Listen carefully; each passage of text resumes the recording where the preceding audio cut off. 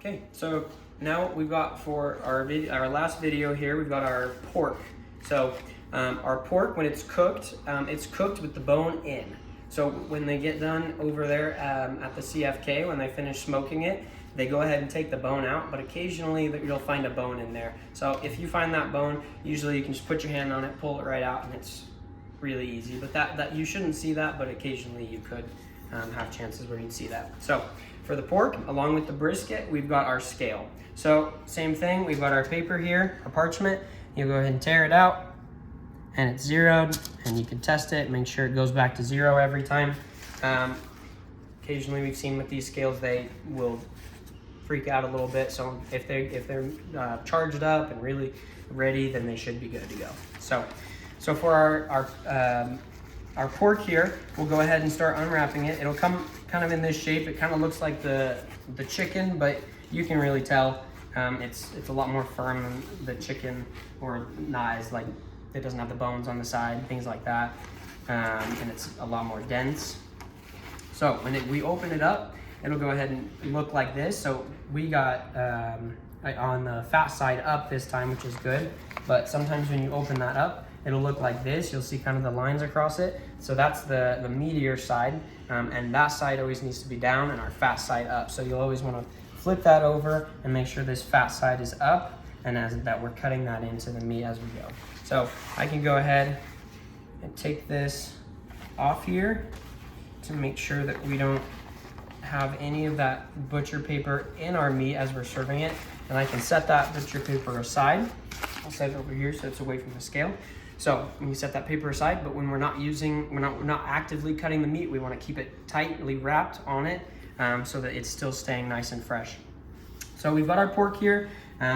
It looks like it's a little thicker on this side, a little thinner on this side, but it doesn't matter which side you start cutting on first. So I'll just start cutting on this side.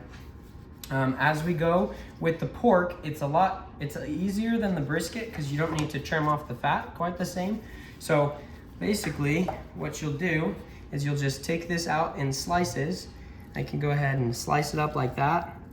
And if your knife is really nice, you'll see that it'll come off in in big chunks here, but it has all these fibers and it breaks down really easily. So we want to make sure that for our guests as we're serving them, they get to see that same thing that we're seeing. So there's the fat in there, and then we've got the meat, and it's cut up into these chunks, but it's still really simple and really easy to shred apart. So this right here looks perfect. If it's really thick or really hard, like some of these pieces, sometimes I'll chop those up, cut them in half a little bit, but these ones just look beautiful and perfect. For the plates, this is great. So right here for a plate, I'll go ahead and I'll tear my scale over here, get it teared to 0, and then I can go ahead and I can take that pork and I can move it over and I can find my 4 ounces.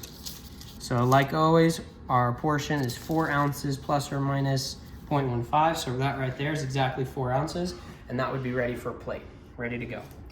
For our sliders and for our sandwiches, we will go ahead and chop it up just a little bit more.